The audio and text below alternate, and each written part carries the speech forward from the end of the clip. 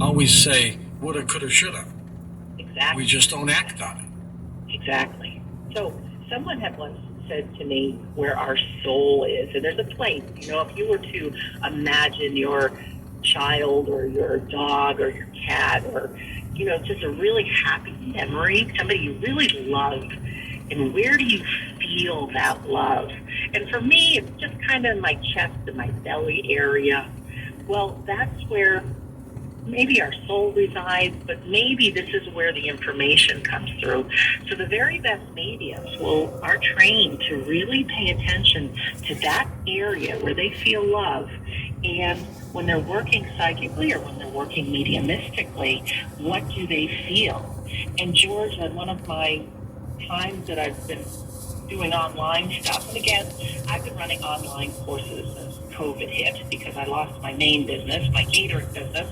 So one of the things we've been doing is these online courses, and I've actually paid attention tonight, that healing center, and talking to another person over Zoom, right? So you don't need to be in the same room with them. I've actually felt myself with, say, tubes down my throat, like I was lying in a hospital bed with this person by my side. I had these feelings of love that I was telling about to this person that I'm working with on Zoom, and some real specifics about the other person, about shared memories. And the coaching is to just share what you get, even if you think you're making it up. And this person said, yeah, absolutely, everything was true. I actually saw a ladder going up on the roof and felt like there was a couch up there, drinking a glass of wine and looking at the stars. And sure enough, this gentleman and this partner would go up the ladder to their roof where they had a couch. They'd look up at the stars and drink their wine. And how could I imagine that, And it was true. It was true. So I think we can all do this, George. Tell me about the work of Brazilian scientist Sonia Rinaldi.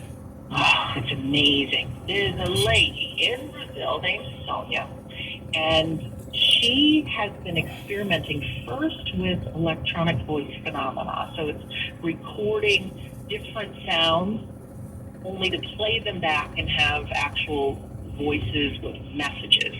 So she would take chopped up sounds of people's voices and put them all together just as gibberish, and she'd work with a parent and say, talk to this empty chair as if your child is sitting in it, and they would, and they'd leave a space for a response. And when they played the audio back, there would be the voice of the child saying, Mommy, I'm still here, and really beautiful, beautiful messages.